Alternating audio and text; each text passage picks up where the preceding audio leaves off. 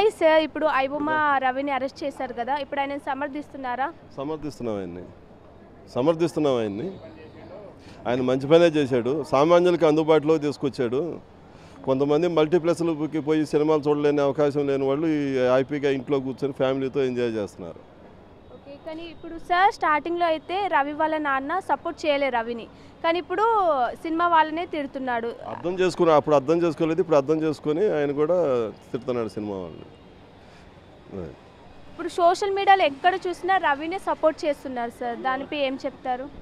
రవిని సపోర్ట్ చేస్తారు, ఆయన ప్రజలు సామాన్యులకు అందుబాటులో ఉన్నాడు కాబట్టి సపోర్ట్ చేస్తున్నారు. అంటే కేవలం మూవీ టికెట్స్ పెంచడం వల్లే అవి అంత ధరలు ఉన్నాయి కాబట్టి అందరూ పైరసీ మూవీస్ చూస్తున్నారంటారా? అవును, సినిమా థియేటర్లకు పోలేక అక్కడున్న ఈ రేట్లని వాళ్ళు తట్టుకోలేక ఇంట్లో కూర్చొని హ్యాపీగా ఫ్యామిలీతో చూస్తున్నారు. కొంతమంది నిర్మాతలు ఏమంటున్నారంటే సార్, ఇలాంటి వాళ్ళను ఎన్కౌంటర్ చేయాలని కొంతమంది అంటున్నారు, అందరు అనట్లేదు కానీ కొంతమంది అంటున్నారు. నిర్మాతలనే ఎన్కౌంటర్ చేయాలి ఫస్ట్. వాళ్ళు తప్పితే ఇంకెవరు హీరోలు లేరా? వాళ్ళే హీరోలా? వాళ్ళని పెట్టే సినిమాలు కోట్లు పెట్టి సినిమాలు తీయాలా? అంతకంటే చాలామంది జబర్దస్త్లో పనిచేస్తున్నారు, ఇతర సోషల్ ఇది అన్నింటిలో యాక్టింగ్ చేసేవాళ్ళు ఉన్నారు. వాళ్ళని ఎవరూ తీసుకోవట్లేదు, డైరెక్టర్లు కానీ ప్రొడ్యూసర్లు కానీ. వాళ్ళు బిజినెస్ అయింది కాబట్టి బిజినెస్ని లాభ నష్టాలు ఉంటాయి బిజినెస్లో కూడా, అది తప్పదు. రవిని అరెస్ట్ చేయడం కరెక్టే అంటారా? ఇప్పుడు తనని ఎన్కౌంటర్ చెయ్యాలి అని చాలామంది నిర్మాతలు కూడా అంటున్నారు, ఏమంటారు మీరు? వాళ్ళ డబ్బులు పోతున్నాయని వాళ్ళ బాధ. వాళ్ళ రెమ్యునేషన్ కోట్లు తీసుకోవాలి, పేదోడికి మాత్రం 600 టికెట్ 700 టికెట్ పెట్టాలి. వాడు పేదోడు ఎట్లా ఒక 4 ఫ్యామిలీ పోవాలంటే ఎంత అవుతుంది? 3-4 వేలు అవుతుంది. హాయిగా 20 రూపాయలు మొబైల్లో చూసుకోవచ్చు కదా. అదే రెమ్యునేషన్ తక్కువ తీసుకొని పేదోడు సినిమాలకు వెళ్ళి చూసేటట్టు సినిమా టికెట్ పెట్టాలి. మీ ఇష్టం ఉన్న రేట్లు పెట్టి ఒక్కొక్క సినిమాకి ఒక్కొక్క రేటు, ఒక్కొక్క సినిమాకి ఒక్కొక్క రేటు పెడితే ఇట్లాంటివి అవుతాయి. ఇట్లాంటివి కావద్దంటే సామాన్లు ఇంతకుముందు గతంలో ఉండేవి 20 ఏళ్ళ కింద ఎట్లా టికెట్ ఒకటి 50 రూపాయలు, 30 రూపాయలు, 20 రూపాయలు టికెట్ ఉండే. ఆ రోజు 100 థియేటర్లు ఉన్నాయి, ఇలా థియేటర్లే మాయమైపోయినాయి. ఎందుకని హై రేంజ్ అపార్ట్మెంట్ అది ఏంది మాల్లో సినిమాలు పెట్టి 600-700 టికెట్ ఐమాక్స్ పెట్టి ఏసీలు పెట్టి తోసీలు పెట్టి చేసే వరకు అది ఇటువంటి దొంగతనాలు అవుతాయి. అంటే సార్ కేవలం ఇంకోటి వస్తారు, రేపొద్దున ఆడిపోతారు, రేపొద్దున ఇంకోటి వస్తారు. ఎంతమందిని ఎన్కౌంటర్ చేస్తారు? మొత్తం పబ్లిక్నే ఎన్కౌంటర్ చేసేస్తే సినిమా చూసే ఛాన్సే ఉండదు, ఇక అవసరమే లేదు. ఇక ఆ ఎన్కౌంటర్ ఎందుకు, పట్టుకోవడం ఎందుకు, పోలీసు వాళ్ళ పైసలు దండగ ఎందుకు? అంటే కేవలం టికెట్ రేట్స్ ఎక్కువ ఉన్నాయి, అందుకే పైరసీ మూవీస్ చూస్తున్నారు. ఎప్పుడైతే టికెట్ రేట్ పెరిగిందో మనకు చీఫ్ ఎక్కడొస్తే అక్కడే పోతారు పబ్లిక్. వీళ్ళు చేసేది దాన్ని ఎన్కౌంటర్ చేసినా ఏం ఆగదు, ఏది చేసినా ఆగదు. ఇంకోటి పుట్టుకొస్తూనే ఉంటాడు ఇంకోటి. అంటే ఎన్ని రోజులైనా రవి అసలు నోరిప్పడం లేదు. నిజంగానే రవి ఒక్కడే ఇదంతా చేశాడా సార్? వెనకాల ఎవరైనా టీం ఉంటుంటారా? ఎవరు ఉంటారు కాదు, ఆయన వేయాలనిపించి చేసింది. ఇంకా ఎవడు ఉన్నాడు వెనకంటే ఉండరు అనుకుంటే ఉంటారు. సమాజానికి మంచి చేసింది అంటారా సార్? టికెట్ రేట్ ఒకటే చెప్తున్నా కదా, ఫ్యామిలీతో టికెట్ చూడాలంటే 4,000 కావాలి ఇప్పుడు. అదే 40 రూపాయలతో చూసిండు మొబైల్, ఇంకేంది ఈజీ కదా అది, అంతే కదా. అంటే పోలీసులేమో మేమే కష్టపడి పట్టుకున్నామని అన్నారు, కానీ వాళ్ళ భార్యనే పట్టించింది అంటున్నారు. నోరు ఉన్నది ఇష్టం వచ్చినట్టు చెప్తారు, ఎవరికి దోషింది వాడిని వచ్చుతాడు. ఇక అది చెప్పుకుంటే ఇంకా 10 చెప్తారు చూడు, ఇంకా 4 రోజులలో ఇంకో 4 వెళ్తాయి చెప్తానే ఉంటారు అట్లే.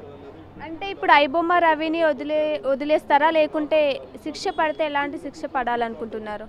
ఇప్పుడు డబ్బున్న నిర్మాతలు ఏమంటారు, మా పైసలు దోసుకోండి అని కోపం ఉంటుంది వాళ్ళకు, కానీ పేదోళ్ళు మాత్రం మంచి పనే చేసిందంటారు. అంటే రవి బెట్టింగ్ యాప్స్ చేయడం వల్లనే అరెస్ట్ చేసిందని కొందరు అంటారు, కానీ కొంతమంది సెలబ్రిటీలు ప్రొడ్యూసర్స్ కూడా బెట్టింగ్ యాప్స్ చేశారు, వాళ్ళకి శిక్ష పడట్లేదు కదా సార్? బెట్టింగ్ యాడ్ చేసినా నువ్వు చూడలే, నేను చూడలే. ఆడు బెట్టింగ్ యాడ్ చేసిన మీరు ఎట్లా అంటారు, నేను ఎట్లా చెప్పాలి? బెట్టింగ్ లేదు. వాడు ఏం చేసిండు, ఒకటే పని చేసిండు, పేదోడు సినిమా చూసే పని చేసిండు, అది మాత్రమే మనకు తెలుసు. అంటే కొంతమంది హీరోలు అంటున్నారు, మేము ఒకవేళ సినిమా ఫ్లాప్ అయితే మా రెమ్యునరేషన్ రిటర్న్ ఇస్తామంటున్నారు. ఒకవేళ సినిమా ఫ్లాప్ అయితే చూసిన జనాలకి కూడా, ఆడియన్స్ కూడా టికెట్స్ రేట్లు అనేది కదా, మరి అది కూడా రిటర్న్ ఇస్తే హ్యాపీగా ఉంటుంది. గుంజుకొని సో ఇంతకీ ఏమంటారు సార్, రవి చేసింది కరెక్టే అంటారా? రవి చేయడం కాదు, వీళ్ళంతా పెద్ద సెలబ్రిటీలు మొత్తం వాళ్ళే మీడియాలో ఉండాలి, వాళ్ళే ఇండస్ట్రీలో ఉండాలి, వాళ్ళే సంపాదించుకోవాలి. చిన్న హీరోలను పైకి రానియరు, చిన్న ప్రొడ్యూసర్ని తొక్కేస్తారు. ఇక వాళ్ళే సంపాదించుకోవాలి. తప్పులే చేయటం మంచిదే, హ్యాకింగ్ చేసి శుభ్రంగా పబ్లిక్లో వదలటమే బెస్ట్. అంటే ఇప్పుడు మన రాష్ట్రంలో కానీ దేశంలో కానీ చాలా సమస్యలు ఉన్నాయి. ఇవన్నిటిని ఎక్కువ పట్టించుకొని ప్రభుత్వం జస్ట్ సినిమా వాళ్ళకి ఆపద రాగానే ఎందుకు ఇట్లా ప్రెస్ మీట్లు పెట్టి ఇట్లా హైలైట్ చేస్తున్నారంటారు? కొన్ని ప్రాబ్లమ్స్ని సైడ్ చేయడానికి కూడా వీటిని చిన్న వాటిని పైన ఎంకరేజ్ చేస్తారు. ఇవన్నీ సామాన్యం, సహజం ఇవన్నీ. సో ఇప్పుడు ఐబొమ్మ రవిని అయితే అరెస్ట్ చేయడం జరిగింది సార్. సమర్థిస్తున్నారా? ఐబొమ్మ రవి అరెస్ట్ కరెక్టే అంటారా? కరెక్టే, కానీ థియేటర్లో చూసేవాడు ఎటుకుడి ఇవి చూసి ఇవి ఎవడు పట్టించుకోడు కదమ్మా. అరెస్ట్ చేసినా చేయకపోయినా దానివల్ల ఏం ఒరిగేది ఏమి ఉండదు. జరిగేది ఎటుకుడి జరుగుతూనే ఉంటుంది కదా. ఇప్పుడు ఇది ఆపారు, ఐబొమ్మ ఆపారు, ఇంకోటి వస్తుంది, బప్పం వచ్చింది, తర్వాత ఇంకోటి వస్తుంది, మూవీ రూల్స్ వచ్చాయి. ఆపేవాడు ఎటుకుడి ఎవడు ఆపలేడు. దీన్ని హ్యాకింగ్ జరుగుతూనే ఉంది కదా ప్రాసెస్, దాన్ని మనం ఏం చేయలేము. అంటే సార్ కేవలం టికెట్ రేట్స్ ఎక్కువ ఉండడం వల్ల ఇట్లాంటి పైరసీ సినిమాలు చూస్తున్నామని చాలామంది ప్రజలు అంటున్నారు. మీరు ఏమంటారు సార్? కావచ్చమ్మా, అది కూడా రీజన్ కావచ్చు. అది గవర్నమెంట్ చూసుకుంటుంది కదా, మన పరిధిలో కాదు కదా. అదే అంటే సార్ ఇప్పుడు ఐబొమ్మ రవిని అరెస్ట్ చేశారు. ఇలా మూవీ రూల్స్లో చాలా ఉన్నాయి కదా, దీంతో ఇక్కడితో ఈ పైరసీ మూవీస్ ఆగిపోతుంది అంటారా? ఆగదు, అది ఎప్పటికీ ఆగదు నాకు తెలిసినంత వరకు. హ్యాకింగ్ అనేది ఒక స్కిల్ సెట్, ఎవరు ఎక్కడి నుంచి అయినా చేయొచ్చు. ఇండియాలోనే చేస్తే పట్టుకుంటారేమో, వేరే కంట్రీస్ నుంచి చేస్తే ఏం చేస్తారు? చేయలేరు కదా. ఇట్స్ అన్స్టాపబుల్ అనమాట. అంటే ఇన్ని రోజులైనా ఐబొమ్మ రవి అయితే అసలు నోరు విప్పలేదు. నేను ఒక్కడినే ఇదంతా చేసినాను అంటున్నాడు సార్. సో నిజంగానే రవి ఇదంతా ఒక్కడే చేశాడంటారా? It's not possible with one person. Okay, it's multiple people will do that. ఒక పర్సన్తో అయ్యేదైతే కాదు, దానికి స్కిల్ సెట్ ఉంటుంది. అవంతా ఈజీ అయ్యే పనే కాదు, నా ఒపీనియన్. అంటే కొంతమంది నిర్మాతలు ఏమంటున్నారంటే ఇలాంటి వాడికి జైలు శిక్ష పడాలి, అలాగే ఎన్కౌంటర్ చేయాలని అంటున్నారు. ఎన్కౌంటర్ చేసేంత పెద్ద పని చేశాడా? అట్టేం కాదు, ఎన్కౌంటర్ చేయాల్సిన నెసెసిటీ అయితే లేదు. కానీ బట్ ఇదైతే తప్పు. యాక్టివిటీ అనేది 100% తప్పు. అది కరెక్ట్ కాదు. ఇప్పటికైనా కూడా సపోర్ట్ చేయట్లేదు. ఇప్పటికైనా మూవీ ఇండస్ట్రీ వాళ్ళు టికెట్ రేట్స్ తగ్గిస్తారంటారా? చూద్దాం, అది మీకే తెలవాలి. నా ద్వారా కూడా తగ్గిస్తే మంచిది. జనాలు ఎక్కువ థియేటర్స్కి వస్తేనే బాగుంటుందని మేము కూడా కోరుకునేది. ఇప్పుడు ఎలా అయిపోయిందంటే సార్, ఒక మిడిల్ క్లాస్ ఫ్యామిలీ మూవీకి వెళ్ళకుండా అయిపోయింది. అంత మాదిరి ఉన్నాయి టికెట్ రేట్స్. ఇప్పటికైనా తగ్గిస్తే మంచిది అంటారా? డెఫినెట్గా మంచిదే, తగ్గిస్తే మంచిదమ్మా. అందరూ చూస్తాడు థియేటర్కి వెళ్ళి, అది మేము కూడా కోరుకుంటాం. సో ఇప్పుడు ఐబొమ్మ రవిని అరెస్ట్ చేయడం జరిగింది. ఇప్పుడు కరెక్టేనా ఐబొమ్మ రవిని అరెస్ట్ చేయడం? Definitely correct. ఎందుకంటారు? ఎందుకంటే క్రైమే, దాన్ని ఎలా పరిసే క్రైమ్ లెక్కన చూడాలి అంతే. అతను ఏదో రీజన్ ప్రజల కోసం చేశాను మాట్లాడదు, క్రైమ్ లెక్కన చూడాలి అంతే, అది మాట్లాడదు. ఒకవేళ ఏదైనా ప్రైజెస్ ఉంటే కన్నా మనం ఈరోజు ఇంత రచ్చ చేస్తున్నాం. ఏదో సినిమా వచ్చేటప్పుడు ఓపెన్ మారదాం. 2027లో మన మహేష్ బాబు మూవీ వస్తుంది, వారణాసి. ఆ మూవీ వచ్చినప్పుడు కంపల్సరీ రైట్ సైకిల్ ఉంటుంది.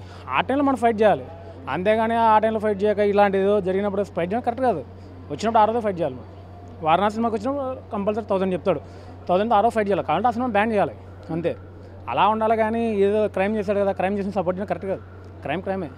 అంటే అందరు ఏమంటున్నారంటే టికెట్స్ రేట్స్ ఎక్కువ ఉండడం వల్ల ఇలాంటి మేము పైరసీ మూవీస్ చూస్తున్నాం అంటున్నారు. ఏమంటారు దానికి? టికెట్ రేట్స్ హైక్ ఉన్నాయంటే కన్నా యాక్చువల్ నేను కూడా అప్కమింగ్ డైరెక్టర్, నేను ట్రై చేస్తున్నాను. కాబట్టి మనం ఎలా చెప్తున్నాం అంటే ప్రొడ్యూసర్ పడి ఇబ్బందులు పడాలి. ప్రొడ్యూసర్ అడిగేది ప్రొడ్యూసర్ కోసం అడుగుతాడు. హీరో తన రెమ్యునరేషన్ తప్పించుకోకుండా యాక్చువల్ 10 days షూట్ చేస్తే ప్రొడ్యూసర్ ఆల్మోస్ట్ 10 కోట్లు దిగిపోతుంది దూరం. అంటే డెఫినెట్లీ మహేష్ బాబు ప్లాన్ చేసినా కానీ, చిరంజీవితో ప్లాన్ చేసినా కానీ 10 కోట్ల నుంచి 20 కోట్లు అవుతుంది 10 days కాదు. ప్రొడ్యూసర్కి ఎవరికి ఇస్తారు డబ్బులు? అతను ఆల్రెడీ బయ్యర్స్తో ఫైనాన్స్ తెచ్చుకొని, అది ఇంట్రెస్ట్లు కూడా ఓవర్ ఇంట్రెస్ట్, హైర్ ఇంట్రెస్ట్లు. అంటే నేనే అతను కష్టాలు చెప్తలేను, అతనికి బడ్డన్ అయిపోతుంది. ఆ బడ్డన్ అయినప్పుడు యాక్చువల్గా ఏం చేస్తానంటే హీరో తన రెమ్యునరేషన్ ఇది నా మార్కెట్ అంటాడు. 100 కోట్లు పెట్టిన అతను చూస్తున్నారు, నా మార్కెట్ మీద నడుస్తుంది కాబట్టి నువ్వు నాకు ఇవ్వాల్సిన అతను డిమాండ్ చేస్తున్నాడు. ఇదేమన్నా మనం తెలుగు ఇండస్ట్రీ పైన ఫైట్ చేయాలి. మనం మీరు రేట్లు తగ్గించుకోండి అని. ఇప్పుడు యాక్చువల్గా చిరంజీవి గారు ఎంతో సంపాదించుకున్నారు, అతను రెమ్యునరేషన్ తగ్గించుకొని చెప్పాలి, సంపాదించుకున్నాడు. ఇప్పుడు మహేష్ బాబు కంప్లీట్ అయిపోయినా, మహేష్ బాబు ఇందాక సినిమా అయిపోయినా మహేష్ బాబు ఈ విషయంలో రైట్. ఎందుకంటే తను ఏమంటే తన ప్రొడక్షన్కి తనకి ఇచ్చే రెమ్యునరేషన్ ఉందో అలా నాకేం ఇవ్వద్దు, దాని ప్రొడక్షన్లో తీసుకో. ప్రొడక్షన్లో వచ్చి షేర్ మీదనో లేదంటే బిజినెస్ అయినా దాంట్లో తీసుకుంటాడు. అలా ఉండాలి. అంటే మనకి ఎట్లా అంటే నువ్వు 10 కోట్లు అంటే తప్పు. 10 కోట్లు ఉన్నా 10 కోట్లు నువ్వు తగ్గించుకున్నావు అనుకో, ₹1 కోటి అడ్వాన్స్ నువ్వు తగ్గించుకున్నావు అనుకో, ఆ 9 కోట్లు అనేది ప్రొడ్యూసర్ హెల్ప్ అయ్యి తను ప్రొడ్యూసర్ సినిమాని కంప్లీట్ చేస్తాడు. సినిమాని కంప్లీట్ అయినా ఆ బిజినెస్ మనం కంప్లీట్ చేసుకున్నావు అనుకో, దాని మీద షేర్ తీసుకోవచ్చు, బాగా కంప్లీట్గా ఉంటుంది. నువ్వు అడిగిన దానికంటే ఎక్స్పెక్ట్ అవుతుంది, మంచి మార్కెట్ మంచిగానే వస్తుంది అంతే. సినిమా రేట్స్ అనేది ఎలా అంటే కానీ హైలో వెళ్ళిపోతున్నాయంటే కానీ ఇక్కడ జరిగేది ఏంటంటే కానీ తప్పు ఏంటంటే కానీ థియేటర్స్ వల్లే జరుగుతాయి. అక్కడ ఊర్లో ఎక్కడో 10,000 కూడా లేని పాపులేషన్ ఊర్లు ఉంటాయి, అక్కడ థియేటర్లో 400 అవుతుంది, అది రైట్ కాదు. అక్కడ 400 రైట్ కాదు, ఎందుకంటే కంప్లీట్ అది ఎందుకు పనికిరాదు. సిటీలో ఐమాక్స్ ఇవి ఓడుతావు, ఎందుకంటే ఆ విజువల్ ఎఫెక్ట్స్ ఆ ఫీచర్స్ ఇస్తాయి మనకు. ఊర్లో వ్యూ అక్కడ 400, 500 అడగడం తప్పు. దీనికి రాష్ట్రంలో ఏం జగన్ చెప్పాడు చూడు, ₹100 టికెట్, ఆ జగన్ రైట్ ఈ విషయం అలాగా. అంటే సార్ ఇప్పుడు ఏం జరుగుతుందంటే ఇన్ని రోజులైనా రవి అసలు నోరు విప్పలేదు. నేను ఒక్కడిని ఇదంతా చేసినా అని అంటున్నాను. నిజంగానే రవి ఇదంతా ఒక్కడే చేశాడంటారా? ఇది నెట్వర్క్ ప్రాసెస్ అండి, మ్యాక్ చైన్లింగ్ ప్రాసెస్. ఒకరికొండ ఉండదు. యాక్చువల్గా సినిమాను మనోడు ఇప్పుడు లాస్ట్ టైం ఒకటి పట్టుకుంటే 60 లక్షలు ఇస్తాను నాకు మూవీ ఇస్తున్నాడు. చైన్లింగ్ ప్రాసెస్ ఒకటిది అయిపోయేది చాలా ఉంటుంది. కానీ అయితే ఈ విషయంలో కంప్లీట్గా ఐబొమ్మని సపోర్ట్ చేయను, కంపల్సరీ ఫైరస్ అండి. ఎందుకంటే అతను ఏం చేశాడంటే కన్నా అతని వైపు ఏదో పర్సనల్ ఖర్చు ఉండి పర్సనల్గా అతను తీసుకోవడానికి ప్రజల కోసం చేస్తే అలాగే ఏమైనా ప్రజల కోసం చేయడానికి నువ్వేమన్నా ఇప్పుడు మిస్టర్ బీస్ట్ ఉన్నాడు యూట్యూబ్లో, అతను యూట్యూబ్ నుంచి జర్నీ చేసుకుని ప్రజలు ఖర్చు పెడతాడు. ఇలాంటి ప్లాట్ఫామ్ ఎంచుకోవాలి. కానీ నువ్వు ఎలాగని చెప్పేసి కత్తి తీసుకుని పొడి చేస్తా అంటే అయిపోతుందా? పొడి చేసి నేను 10 మందిని చంపడానికి అంటే రావణాసుని ఈరోజు చంపడానికి మన రూల్స్ ఎలా అంటే ఒక్కరిని చంపకూడదు, ఒకరిని అన్యాయం చేయకూడదు. నువ్వు ఆల్రెడీ వీళ్ళకి దెబ్బేసి నువ్వు ఆడబెట్టడం తప్పే ఉంది. అంటే ఒకరిని కొట్టి పెట్టడం కరెక్ట్ కాదు, కొట్టి పెడతా అనేది కరెక్ట్ కాదు, చేతి అనేది సంపాదించి పెట్టు.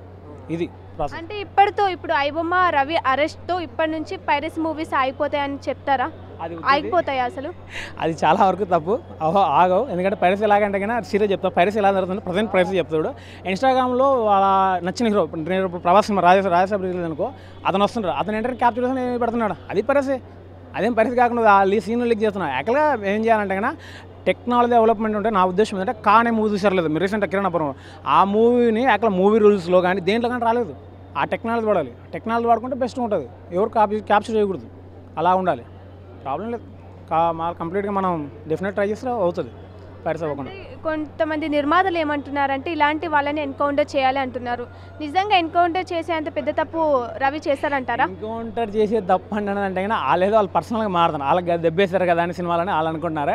యాక్చువల్ అతని వల్ల ఏమీ సినిమాలు ఆగిపోలేదు. మీరు సినిమా కరెక్ట్ చేయలేకున్నారు. ఆయన మొన్న చిరంజీవి గారు ప్రెస్ మీట్లో అన్నారు గేమ్ చేంజర్ ఫ్లాప్ అంటే గేమ్ చేంజర్ 180 కోట్లు పెట్టి ప్రొడ్యూసర్ మరి మిమ్మల్ని చంపాలా? ప్రొడ్యూసర్ రికవర్ కాలేదు. చిరంజీవి గారిని రామ్ చరణ్ గారిని చంపాలి ఏంటి? తర్వాత మన బోలా శంకర్ ప్రొడ్యూసర్ మిమ్మల్ని చంపాలేంది? మరి సినిమా మీరు ఫ్లాప్ ఇచ్చారు కదా, అవి కరెక్ట్ కాదు. ఏదైనా జరిగి క్రైమ్ చేశాడు, ఆ క్రైమ్ తగినట్టు చట్టపరమైన రీత్యాలు ఉంటాయి. మీరు ఎన్కౌంటర్ అన్న కరెక్ట్ నాట్ కరెక్ట్. ఎందుకంటే రేపిస్టులనే వదిలిపెట్టిన సమాజం. అలాంటి సమయంలో ఇతన్ని జస్ట్ ఇదే క్రైమ్. యాక్చువల్గా తను చేసిన ఏముందంటే జనాలదే యాక్సెప్ట్ చేస్తున్నారు. ఒక వర్గం యాక్సెప్ట్ చేయాలి, ఒక వర్గం అంతా ప్రజలంతా యాక్సెప్ట్ చేస్తున్నారు.